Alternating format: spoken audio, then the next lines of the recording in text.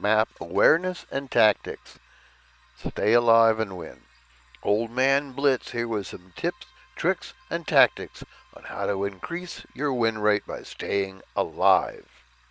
The very first thing you must do is engage your map and leave it on the screen. Sure, you can look for the red markers that hover over every enemy tank, but that only shows you the direction. The map shows you where the enemy sits. So we go in this direction. We haven't seen enemy yet, but I'm going to go to one of my favorite spots, which gives me a bush to hide behind and a wall to protect me. So I go ahead and position myself so that I can get fully behind that wall, then pull out, look through the bush, and possibly aim. If you look at the map now, you'll notice your team is lined up in a kind of an arc. They're all pretty much in one space. What we need to go is to go where the arrow shows. That's called flanking, getting around behind the enemy. By the way, I have no idea where that Su-100 to my left thinks he's going, but he's not reading the map. Regardless, I want to get behind the enemy, or at the very least on their side. It's really counterproductive to just go toe-to-toe, head-to-head, armor versus armor swapping, hit points.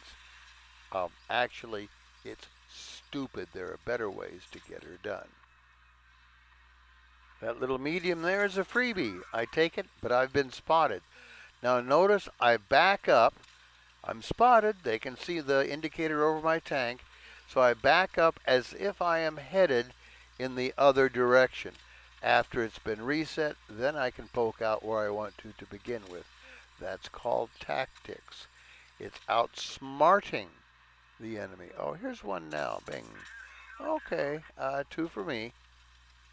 By watching the map, I can see that my team outnumbers the enemy, and they've got the far side of the base covered. What's open is this side of the base, and I'm the only one here. So it's up to me to help protect this side of the base, because now our team begins to capture.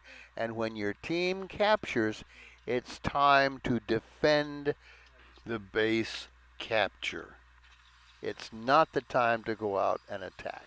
Still, I'm looking for that Nashorn that was directly ahead of me. I don't expect him to stay there, especially with that siren sounding, letting him know that the base is being captured. So we don't risk damage by going out and looking.